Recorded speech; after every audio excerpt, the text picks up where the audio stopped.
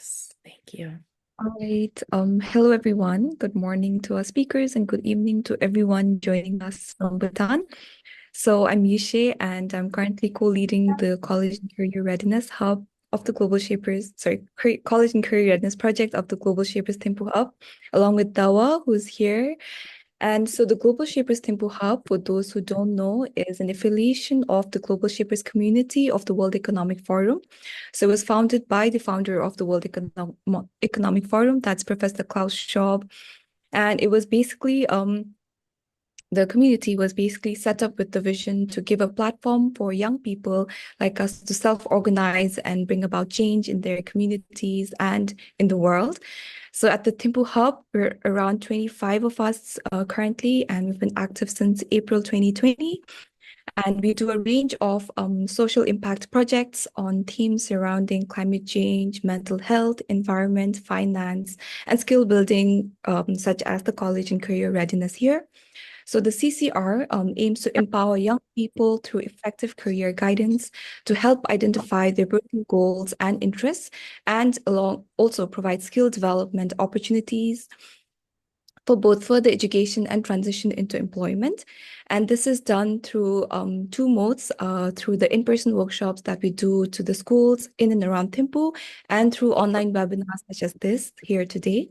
And we are very excited and grateful to be partnering with Melissa here, who's been a long-time friend of the CCR. We have already put up around 13 online webinars so far. And if you're interested, you can check that out on our Hub YouTube channel. And so Melissa here has been a college counselor for over 20 years and advising students globally. And she has worked in schools in the US, Singapore, and Switzerland, and also reads international applications for the Northwestern University. Thank you so much once again, everyone joining. And over to you, Melissa. Thank you so much. I don't know. I'm trying to see if I can. Okay, I think everybody's muted. Okay. Thank you so much, Ishi and CCR, once again for hosting us. And I'm really excited about it's morning for me. I'm in the US, but I know everybody's ahead of me and my friends all the way over in Hong Kong. So thank you everyone for joining, and for those watching the recording afterwards, thank you for following along. Um, in the chat, really quickly, I did have someone reach out to me recently from the Yale Young Global Scholars community, and just wanted me to be able to share some information about an upcoming deadline for a summer program that YYGS hosts every summer. The application deadline is January 10th, and it's a summer program, highly collaborative. It does require an application, and I can be reached afterwards after the session if you are someone who wants to pursue this opportunity and wants more information and maybe some assistance with your application. I'm happy to be to engage with you. So just sharing that information in the chat. And they do have areas of study in STEM, social science, humanities, and across disciplinary tracks. So just FYI, if anyone's interested in traveling very far from Bhutan for a possible summer opportunity. And before I get started, I want to introduce our, sorry, I'm admitting people as well. I want to introduce our speakers for the morning, some really amazing colleagues and friends of mine who have generously agreed to give of their time and talents to this community, which I couldn't be happier about. So Agnes Horvath is the founder of Altiara Learning and brings over 20 years of experience in education, and she has helped hundreds of students gain admission to top universities around the world. Having lived and worked across the USA, Spain, the Netherlands, and the UK, she brings a global perspective to her work. Agnes is passionate about increasing equity of access to higher education. Let me admit some more people. Matthew Akitani is a future planning counselor at Copenhagen International School with 20 years of experience in education, both as a classroom teacher and counselor. I don't know how to mute people. Hopefully people are muting themselves. Sorry.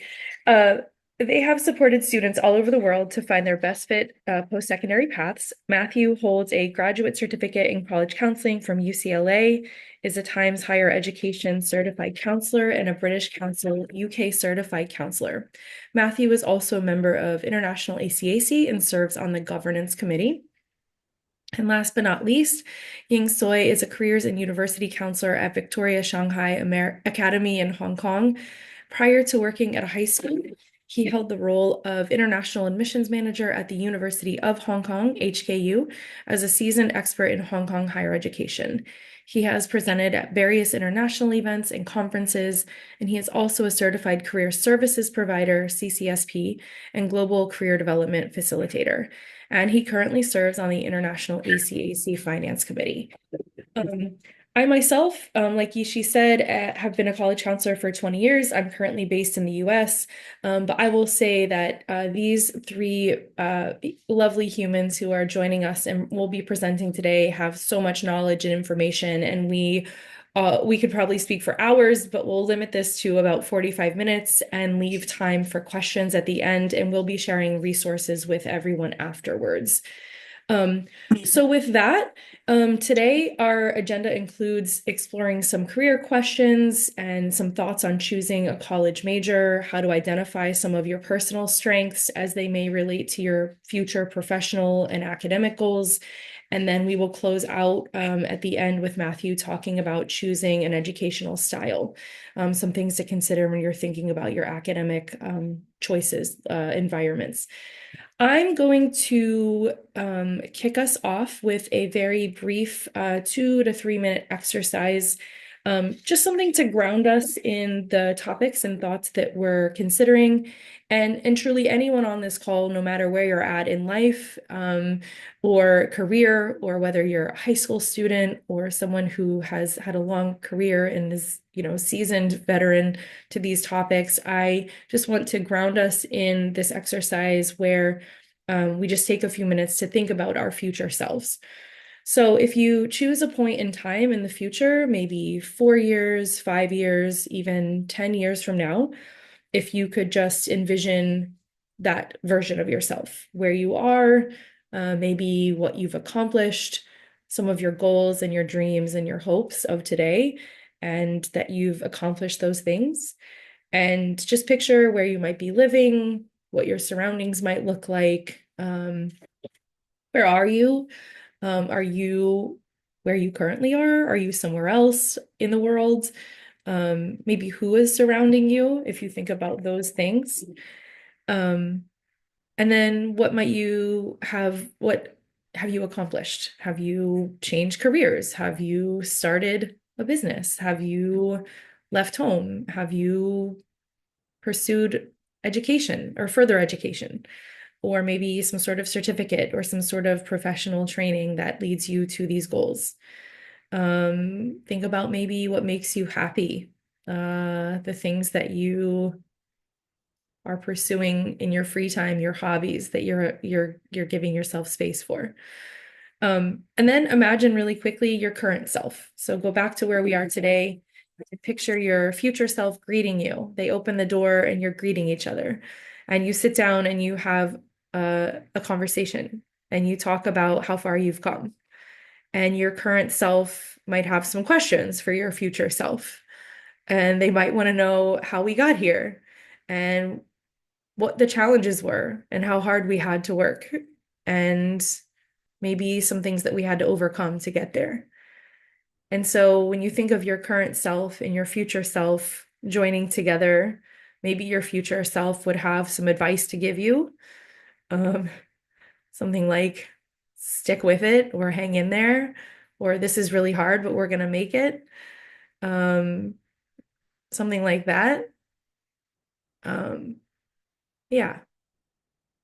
Just think for just a few more seconds about these two versions of yourself and how you've gotten to where you want to be. And I hope your future self can give your current self some peace and grace and understanding for the hard times because they will always come. But our goals are worth it. And yeah, with that, I will turn it over to Agnes. Thank you, Melissa, and good evening, everybody. Thank you very much for having me here, to Global Shapers and to CCR and to Melissa who reached out. So this is really, really exciting. And I'm going to talk about career and college major or university course choices, and hope that it will be something that you will find helpful. Now, my aim is to say little and ask a lot of questions. So there will be a lot of questions. Those questions will be in the document we share afterwards, so you don't necessarily have to answer them all right now. But I do recommend that, at some point you sit down for half an hour and write down your answers. The question that I would ask you right now and would like you to answer in the chat, pop it in the chat, please. What is the best career you think? Right now, off the top of your head, for you, what would be the best career? And if you put it in the chat, then we can see where you are now.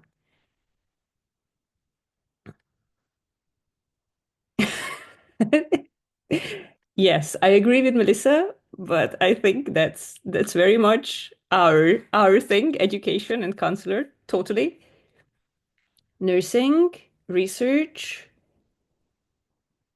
Oh, I love this one. Contribute using the skills you have to, add something to the world. So nothing necessarily very specific like a job title, but something where you can contribute. Lovely. Oh, I love these. Something that gives you satisfaction. Oh, great. Great, great, great. I really love this because what is shaping up here from your answers is that if you look at the Venn diagram on the right of the slide, I wanted to introduce you to this concept, which you might already be familiar with. It's the Japanese concept of ikigai, which means reason for being. And it is not about a job, and it is not about a passion, and it is not about a calling. It's about everything. And the way you find your ikigai, according to the Japanese, is when, yes, you look at all the things that you are just listing in the chat, like what gives you satisfaction, where can you contribute to the world, how can you help others, how can you be the best version of yourself. And of course, it's quite obvious, but I think it bears saying it will be different for everyone. So we cannot say that the best career is being a doctor or being an engineer or being a nurse or being a teacher. It will be different. It will be yours.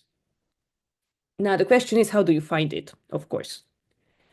By introspection, by self-awareness, by asking yourself certain questions, and also by being patient. Finding your ikigai takes time, and that's okay. It's okay if you don't have the answer at the grand old age of 18. I'm going to tell you a story, which is my husband's story, who feels that he's found it at 42 years old, and he's very happy with that. But basically, what you're looking at is this center point of things that you're good at and things that you love, and the two are not necessarily the same. Things that give you a living, because let's be honest, we need to live on something somehow, and something that the world needs, where you feel that you can contribute to the world around you. And if you're able to find the midpoint of all these, that is where you find your ikigai. And as I said, it might not happen overnight. It's a process, but it's a process worth doing. Now, how do you do that? Can I have the next slide, please? Yeah. So you do that by asking certain questions and being very, very honest with yourself when you answer those questions. So there are no right or wrong answers to these questions. And they will be very, very much your own answers. Looking at each part, what am I good at? When you ask yourself this question, don't just think about school subjects. Those are easy, history, mathematics, English, literature, I don't know. But also all the things that you do outside of school. Are you good at fixing things? Are you good at building things? Are you good at creative arts? Are you good at cooking? Creating something out of nothing? Find all of these things. I challenge you. after this call to sit down and write down at least 10 things that you're good at. And you will be surprised that you're probably good at many more things that you might expect at first look. Then look at all the things that you enjoy. And the way I usually define what do I enjoy is when you look at what you choose when you get to choose. What do you do in your free time? What subject or what project do you use at school or outside of school where you get to choose? And why do you choose that? Is it because you can work with people? Is it because you can create something? Is it because you can dive deep and think deeply about things? Ying is going to show you a framework about how to identify these things for yourself. So look at the things that you choose and think a little bit about why you choose those things. Look at the things and the professions and the careers and the ways that these things that you're good at and that you enjoy will give you a living. And what giving you a living, what paying well means, again, will be very personal to you, to your family, to what you want to accomplish in life. So what do you need to do to get that sort of living, which can be money or can be other things that you need? And then look around. What does the world need? And you can think big, globally, saving the planet, or you can think small, like let's look around in my neighborhood. What is necessary? What are the things that would make the world a better place around me? What is it where I feel that I can contribute? What is it that I want to contribute? Is it about children? Is it about animals? Is it about forests or climate change or human rights or health or a combination of these? Look around the things and look around the things that call to you, that you feel that, yes, this is my way forward. For me, it was young people and education.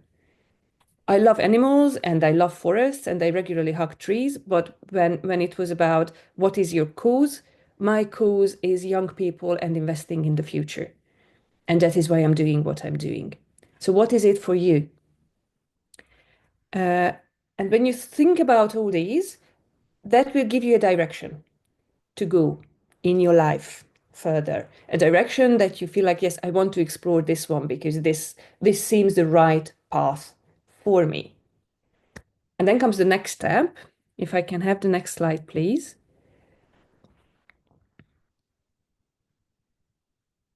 Let's see. Yes, because the next step, you are now in secondary school. So the next step after secondary school for you is going to be either university or some sort of further education, or maybe vocational education, or even going to work. So these are all opportunities. Right here, we're talking about universities and further education options. And when you go to university, you have to make certain decisions and you have to make certain choices. One of them being a university course or major, as they are called in the United States. The United States calls them major. In Europe, they are called courses, but it's effectively the same thing. Like, what do you study at university? Now, the thing is, you might have seen this, but if not, then I warn you that the school subjects that you are used to, which I don't know how many you have. In Hungary, there are 12 that everybody has to study and everybody has to, finish high school in. There are some places where it's like 5 or 15, but it's a limited number. It's a fairly limited number. And then you look at universities, and major or university course options are hundreds. Things that you never hear about in secondary school. How do you choose? Okay, I'm going to give you a few pointers. But what you also need to know is that once you finish your studies and go out to the world, jobs and professions are in the thousands.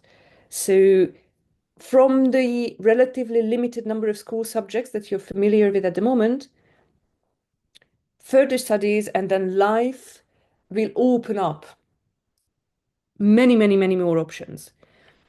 And that means two things for you, I think.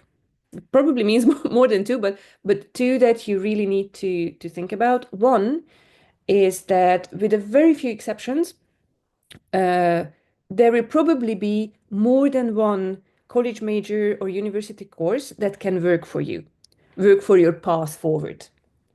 So you don't need to say that, yeah, I have to study law, or I have to study history, or I have to study biology.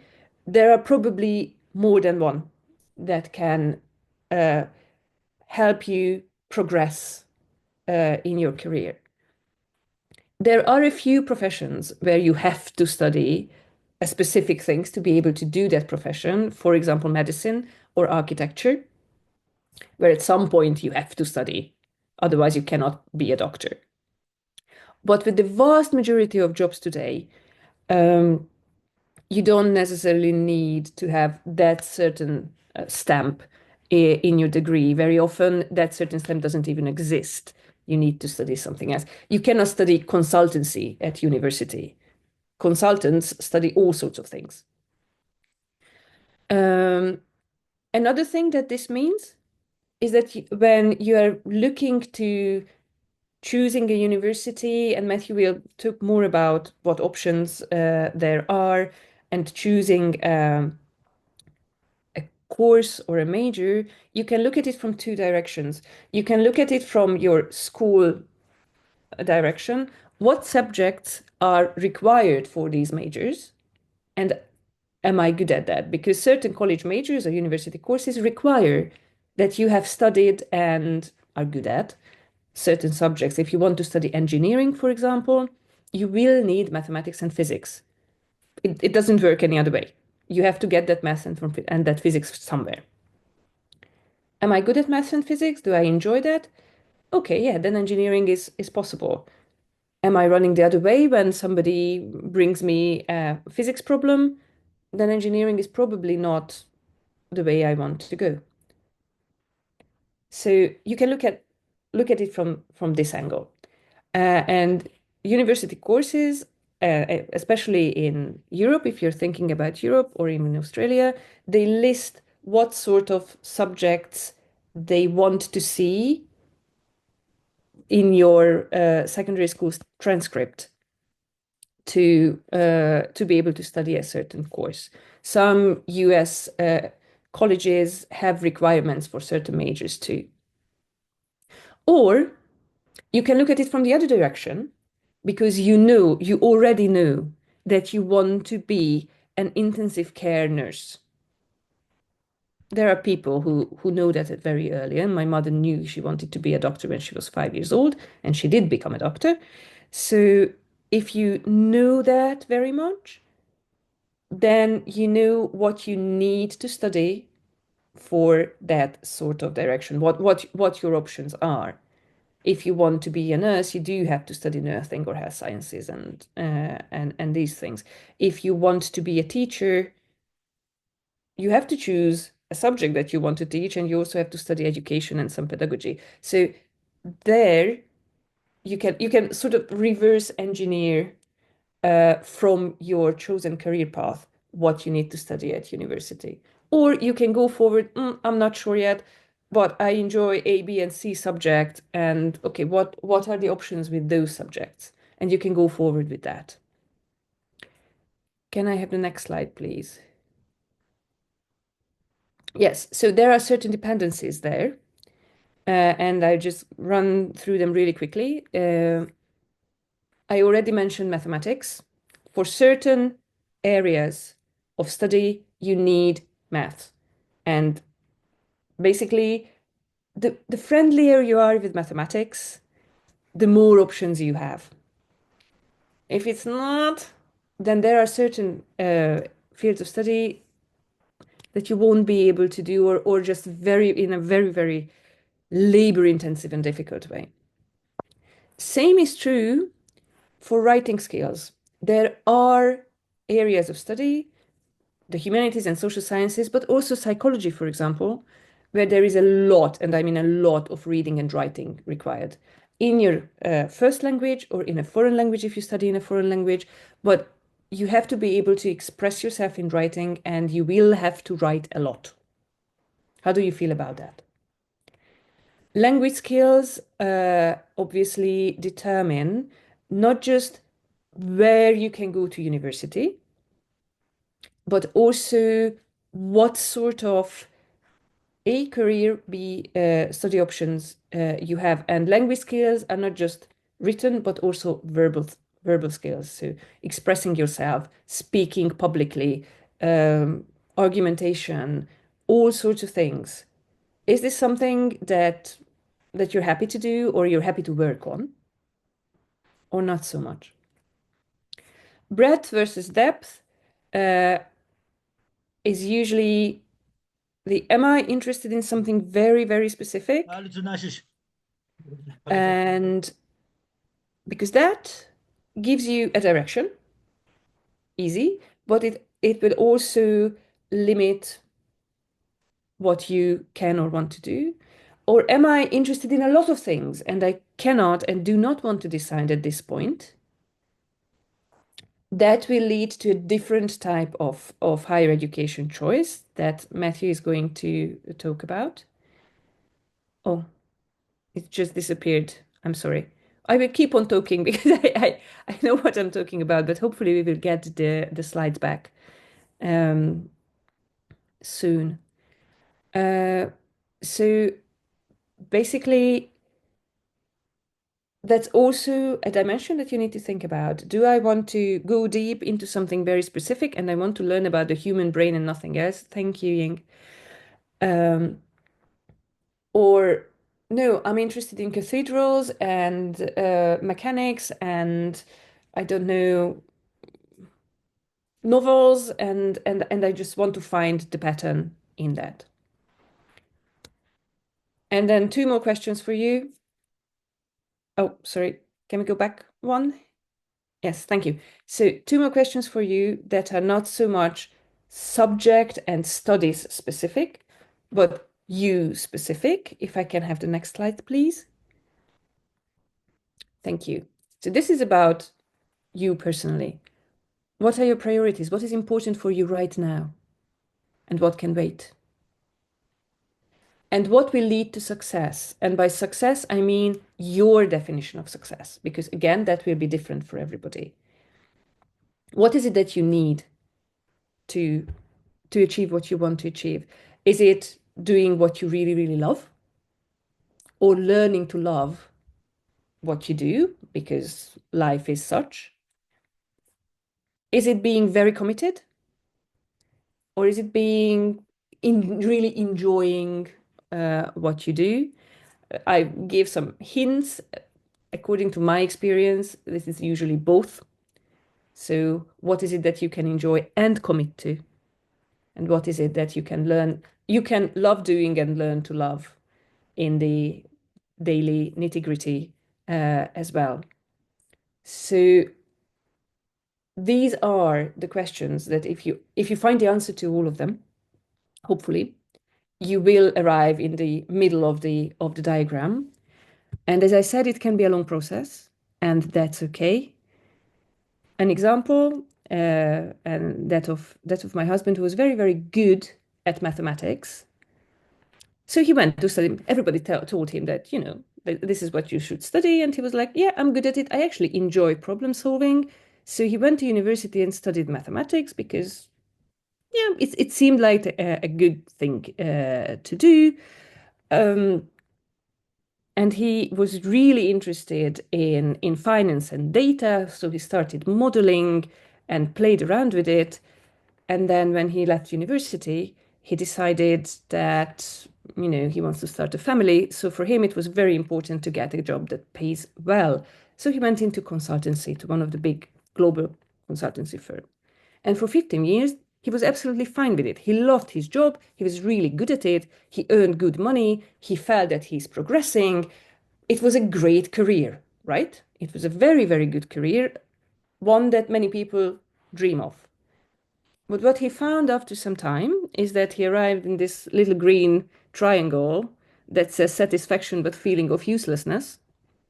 Because, yeah, that's nice. I'm earning a lot of money. I'm really good at it. This is cool. I like my colleagues, but then what's the point? Why am I doing this?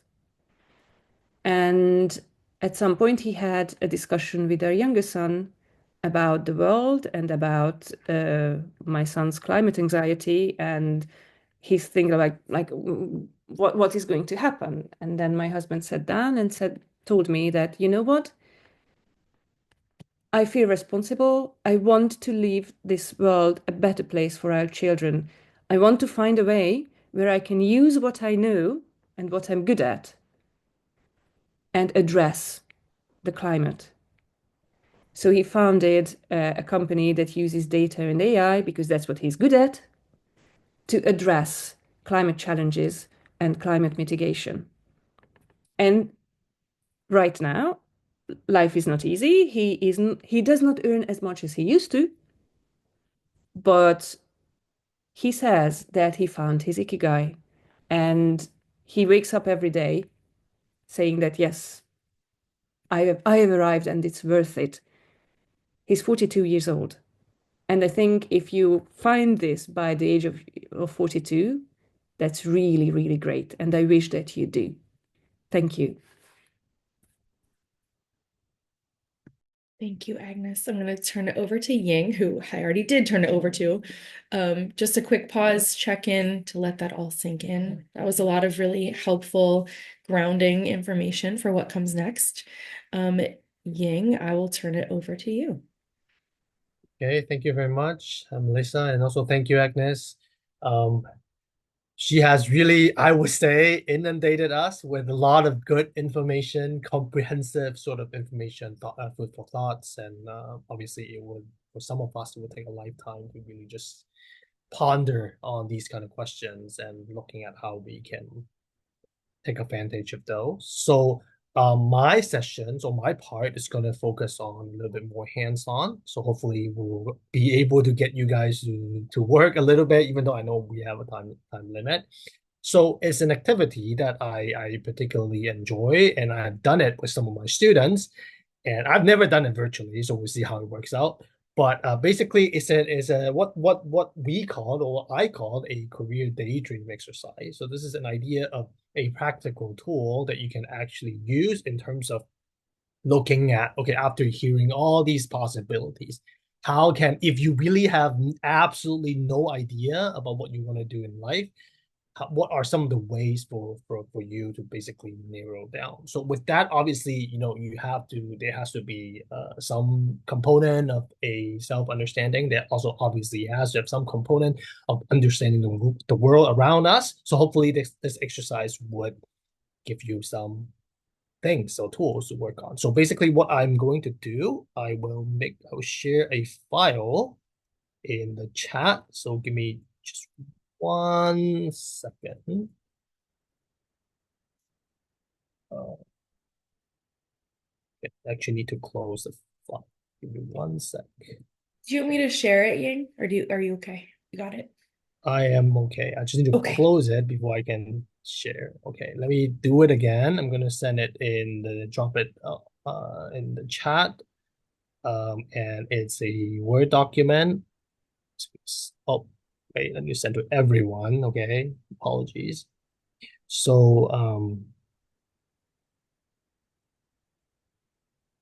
okay, there you have it. So all of you should have access to it. So I'm gonna also share it just so we are all on the same page.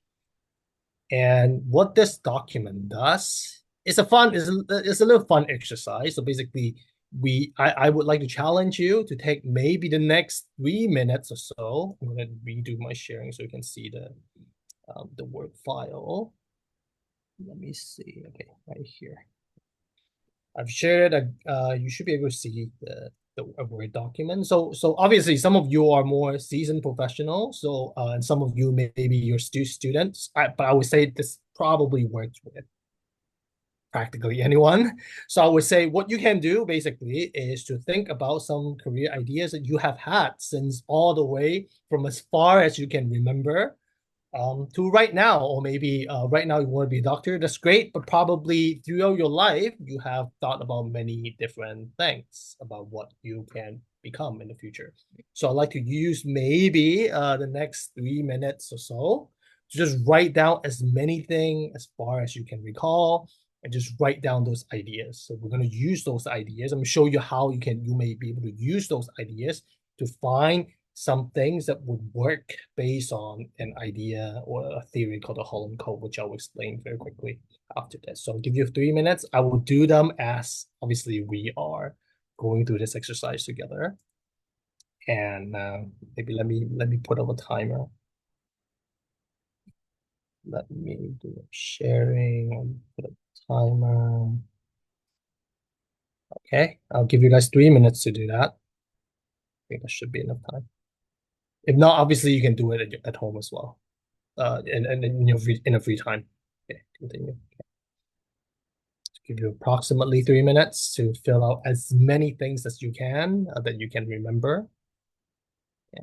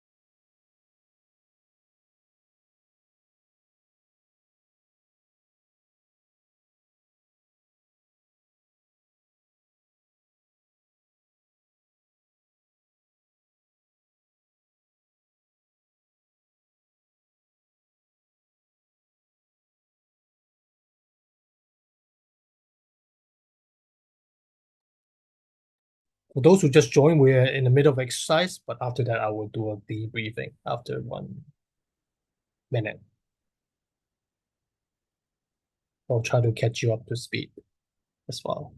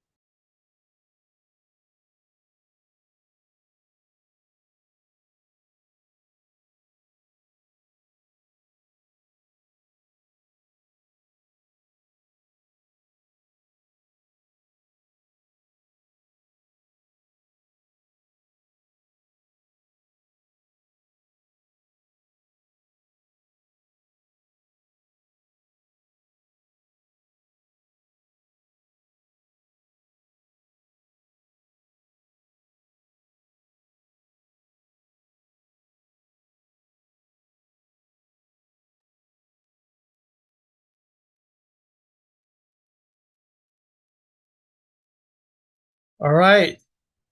Let me stop timer. So let's bring it back together. I hope you have been able to write down something. Let me reshare this file. So actually, I've done it before. So obviously I have some ideas I can put in. So let's assume, okay, so this is actually me, okay? So I'm going to show you what I have been thinking when I was growing up um, as a obviously as a child, from a child to right now an adult and actually a career counselor. So I have thought about many different things, and hopefully you have also many different ideas as well. So my first career idea was actually a taxi driver, and this is actually 100% true. I used to say it to my students, and they were so shocked to learn that I actually want to be a taxi driver. But that was basically the first job that I ever wanted. I thought about being a police. So I'm gonna, oh, sorry. So I'm gonna do that. I'm gonna write that down. Okay, I thought about being a doctor. So I would do a doctor. I'll do the font a little bit. And I also thought about being a pharmacist.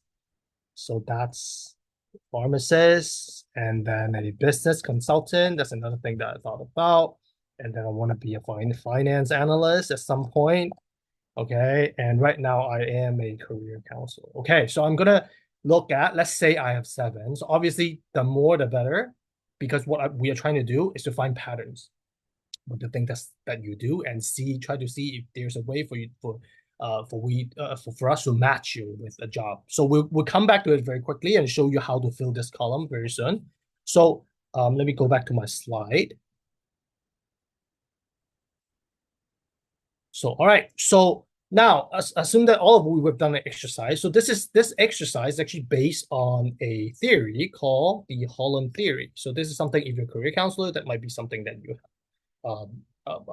you've learned before in school, or sort of you've used on your student. And the idea is that there are certain traits that we have as individuals, and we're all different. Obviously, we understand that.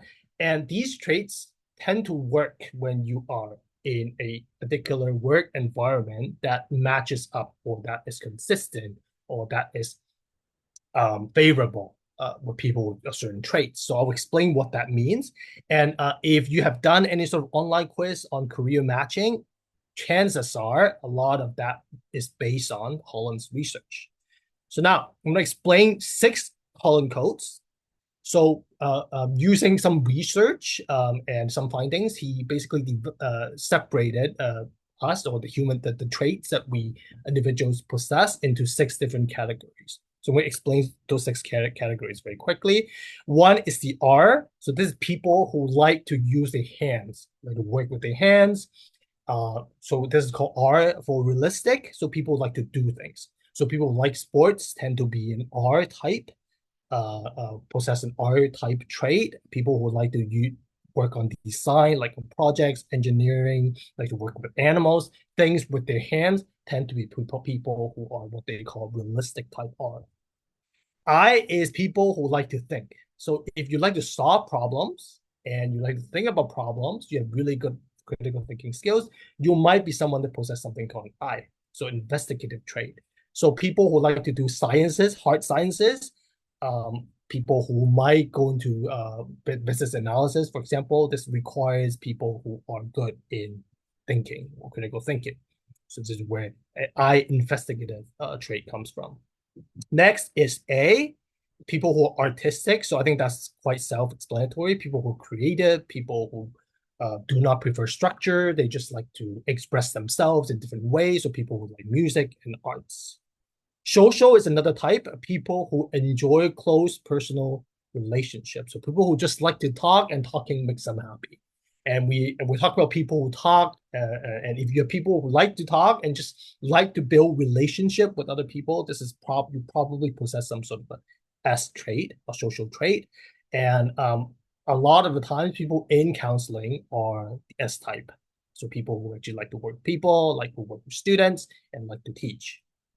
The next one is called enterprising. So this term may come across a little bit strange, but what it really means is people who like to advocate, who like to sell their ideas, who like to convince other people why their viewpoint is perhaps the best. So now, obviously, these people are very persuasive. They like to be at the center of attention. They like to talk to people. They like to sell things.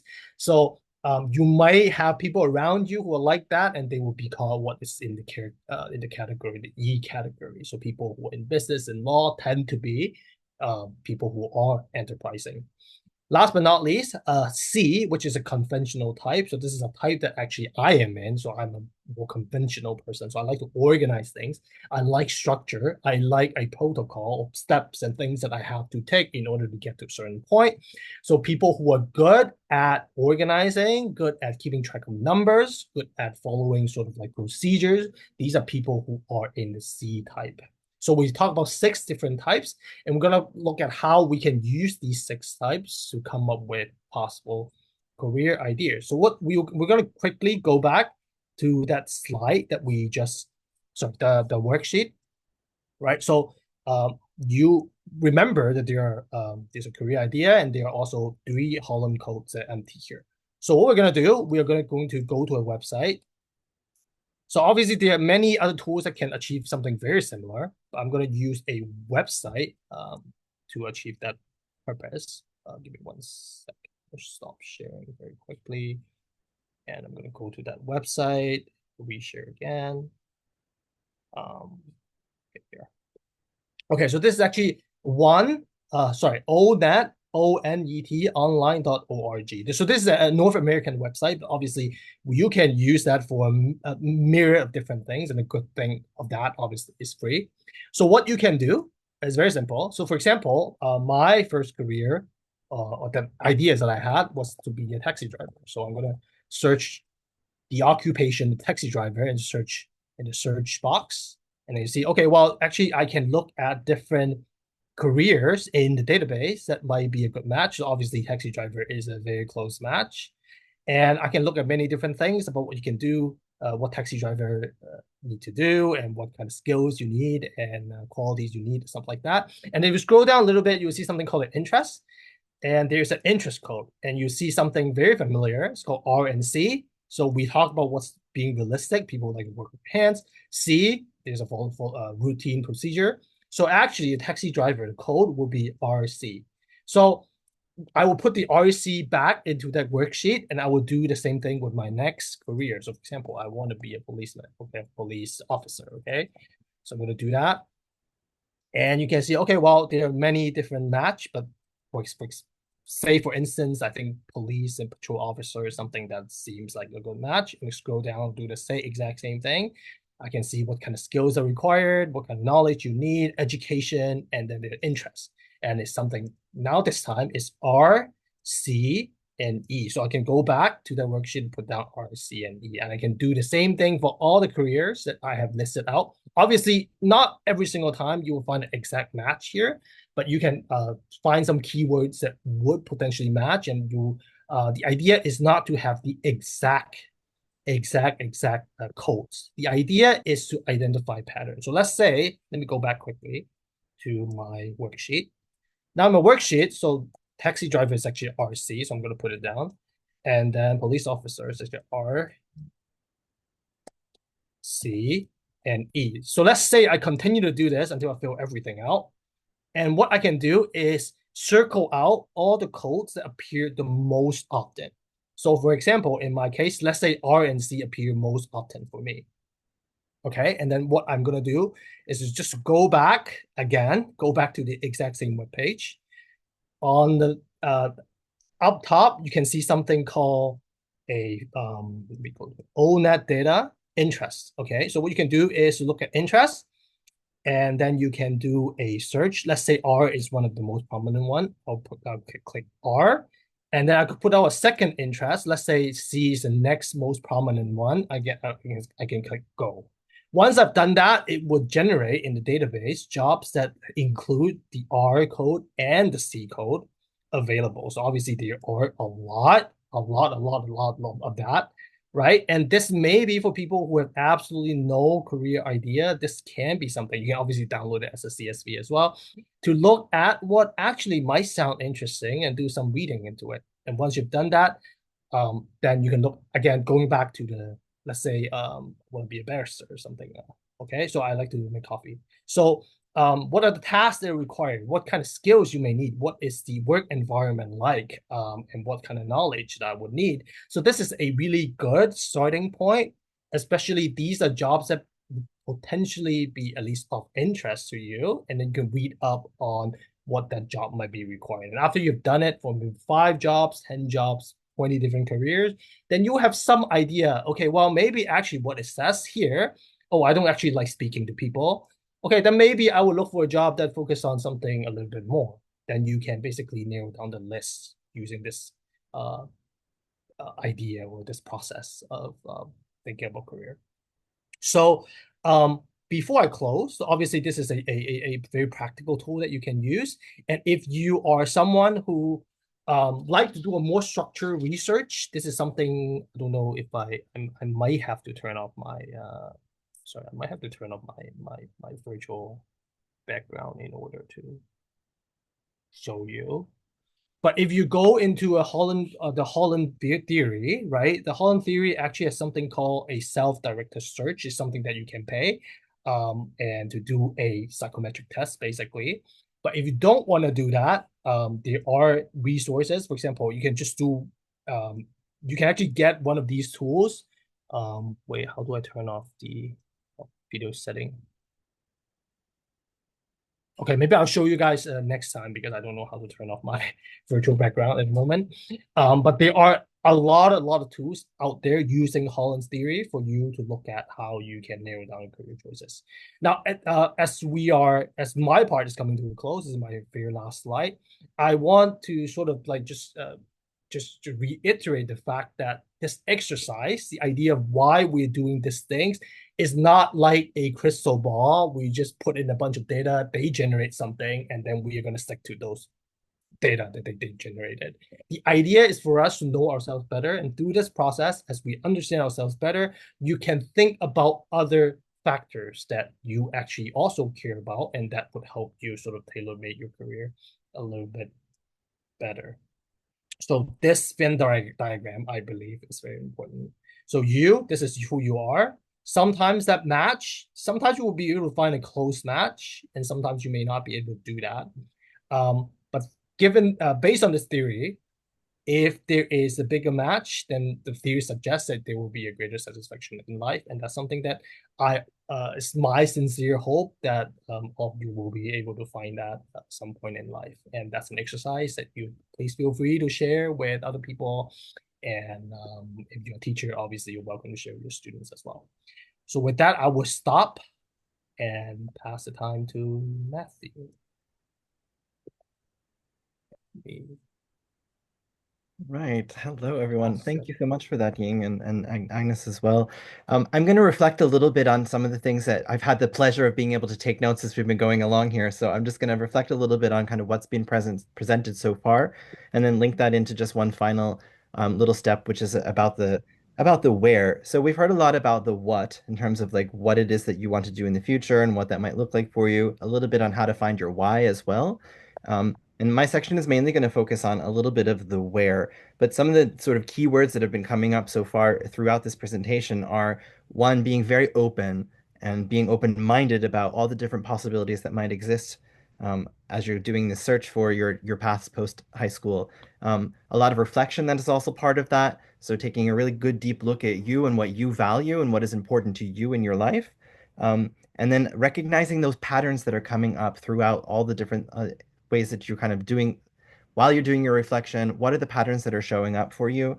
And kind of maybe what are some of the areas that are most common and most frequent? And all of that really kind of leads into looking at what are the possibilities that you can create for yourself to live up or live into, rather than kind of creating expectations to live up to. So we really want to be thinking about how am I going to be able to become sort of the best version of myself throughout all of the different careers that I might have in my lifetime, especially those who are very young at this point are probably going to have 3, 4, 5, 6 possible different careers moving forward. And so where you choose to do that sort of next step after high school can have a really large impact on kind of all of the rest of it. So I think what we're really hearing is that every single situation is different. And I like to use the acronym ESID, ESID. Every situation is different. So also just remembering that whatever works for someone else that in your life won't necessarily work for you. So you have to really think about yourself, centering you and all those patterns that work for you to help you find what's coming next. So just to sort of link that in a little bit next into how you choose an educational style. And I think a lot of times when we move from high school, moving into universities or other pathways that might be there for us, we start out thinking about the name of the school or the kind of name branding of a university or a college that we might be looking for without really fully understanding exactly what kind of educational style exists in that institution. So in other words, not just the where in terms of the location, but actually the how. How will I learn when I choose that next step for myself? So we really want to be thinking about what is going to fit well for you in your educational choices.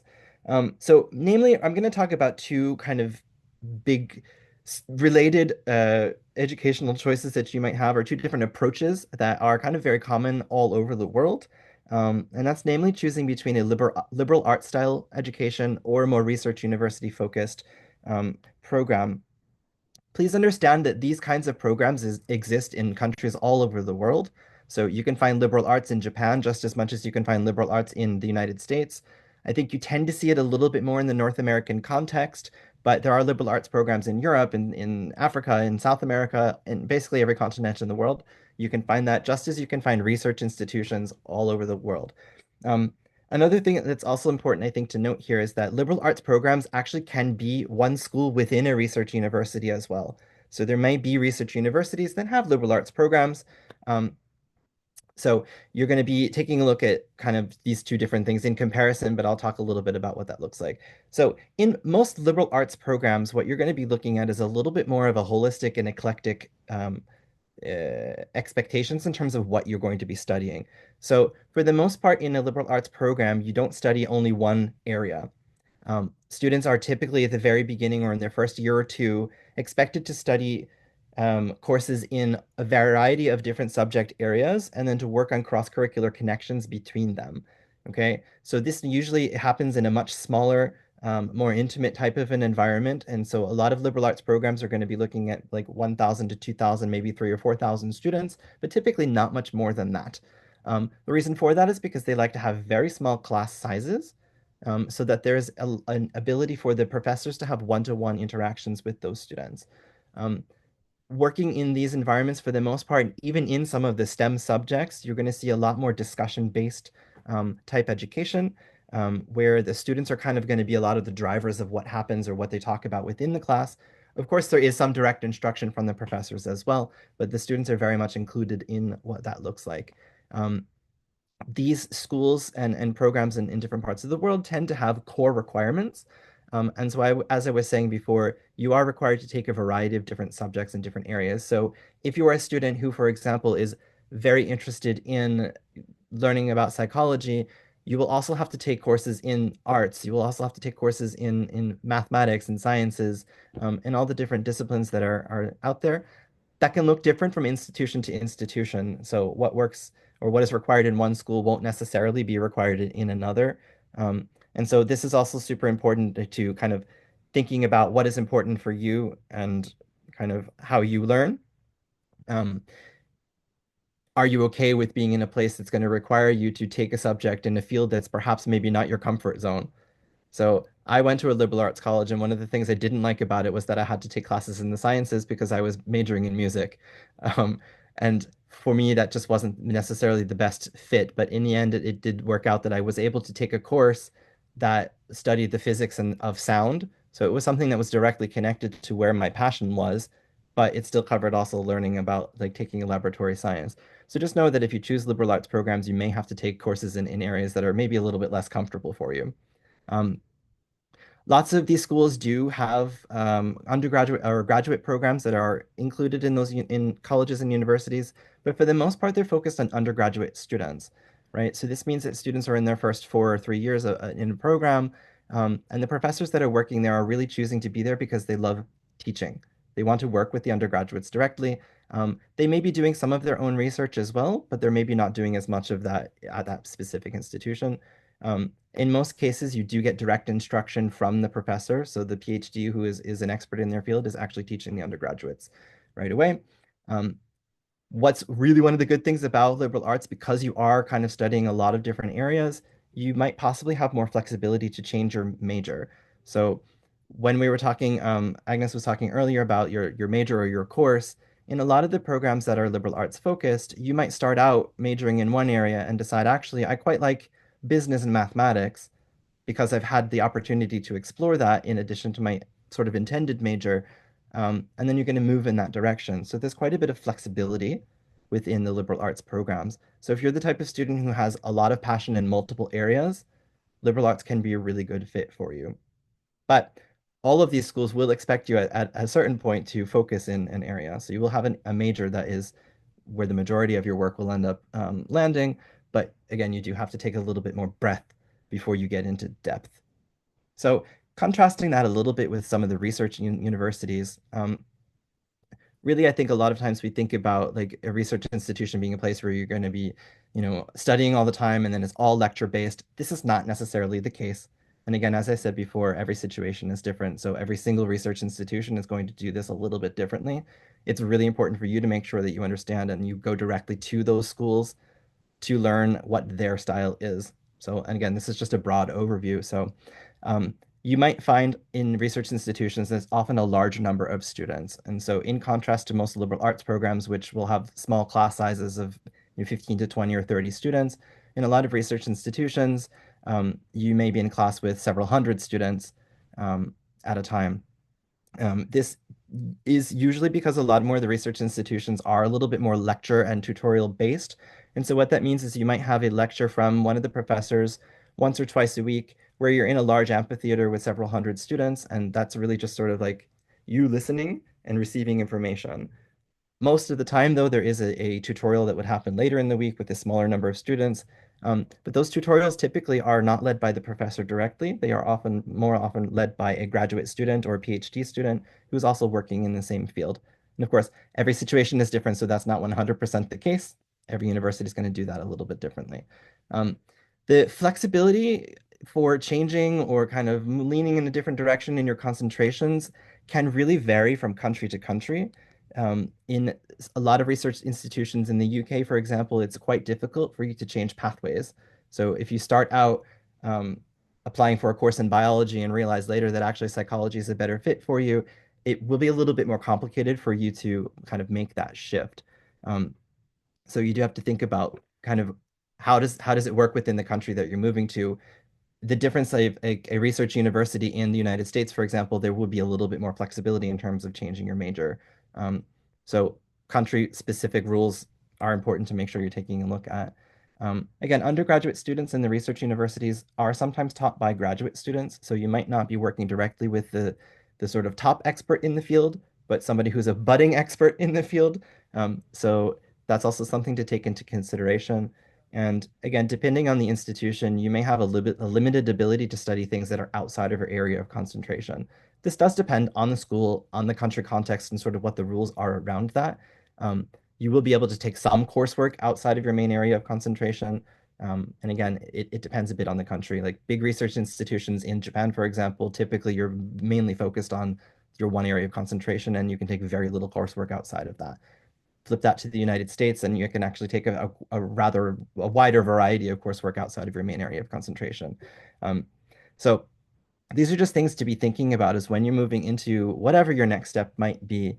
What are the types of flexibility that exists within the program? What might you be able to study in addition to your sort of major area of choice? How easy is it for you to move in a different direction if you decide in the middle of that you might want to do that?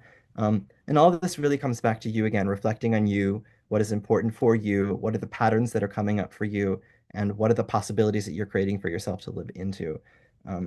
So just a very sort of brief overview of what that would look like. And I think that it's really important to explore all the different possibilities and ask a lot of questions. So as you start doing your research for the different types of places you might be looking at, these are things to really take into consideration and ask, well, what does this actually look like in your institution? And, I've heard that research universities, for example, don't have a lot of flexibility for coursework. What does that look like at your school? And the admissions officers and things will be able to help you kind of really deeply understand what it looks like and whether that's going to be a match for you or not. Just as a final, I said earlier that I went to liberal arts and I didn't really love the idea that I had to study other things. The interesting thing about it is I desperately wanted to go to a research university where I would only focus in the one area that I wanted to do.